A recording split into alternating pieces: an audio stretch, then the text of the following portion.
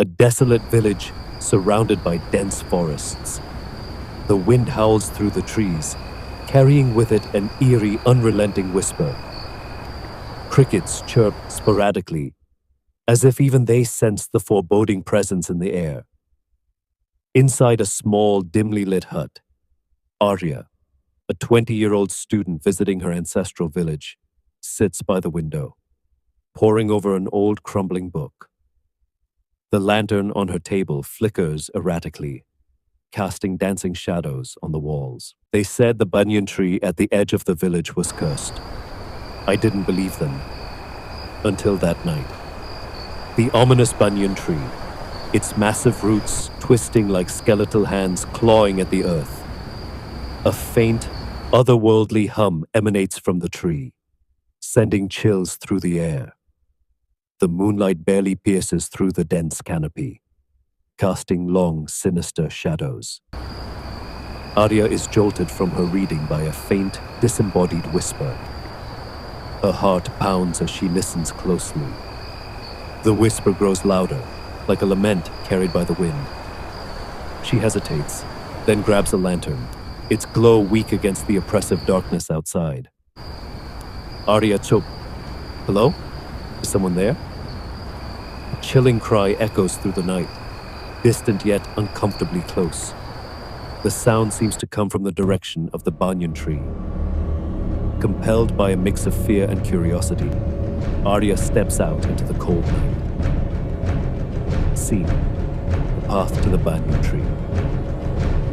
As Arya approaches the tree, the air grows colder, each breath visible in the frigid night. The lantern flickers wildly, threatening to extinguish. Strange, guttural noises echo around her, making her spin in every direction. The shadows of the banyan tree seem to move, reaching toward her like living entities. Arya whispering, This can't be real. Under the tree, a ghostly figure emerges, its form distorted and unnatural. The woman's tattered white garments flutter unnaturally in the still air. Her face is obscured by a curtain of matted hair, but two hollow, glowing eyes pierce through the darkness. The ghost lets out a guttural, echoing laugh. Ghost, why did you disturb my slumber? Arya, stammering. I didn't mean to. Who are you? The ghost's voice grows deeper, more guttural as she floats closer. Her movements are jagged and disjointed, like a puppet on frayed strings. Ghost, I am bound to this tree, cursed to wander these routes. And now, so will you. The ghost extends her hand, its fingers unnaturally long and clawed. Black, vein-like tendrils erupt from the ground, slithering toward Arya. The tendrils wrap around her legs, immobilizing her as she screams in terror. Arya. No, someone help me. A sudden gust of wind. The wind howls violently, extinguishing Arya's lantern. Just as the tendrils begin to tighten, the sound of a resonant mantra fills the air. The camera pans to reveal a golden glow, slicing through the darkness. Lord Hanuman descends from above, his gada, mace, radiating divine energy. Release her, spirit. Your torment ends here.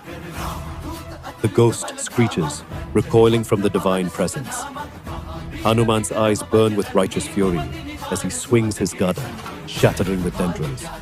The ground shakes as the energy disperses, leaving cracks in the earth. Ghost pleading.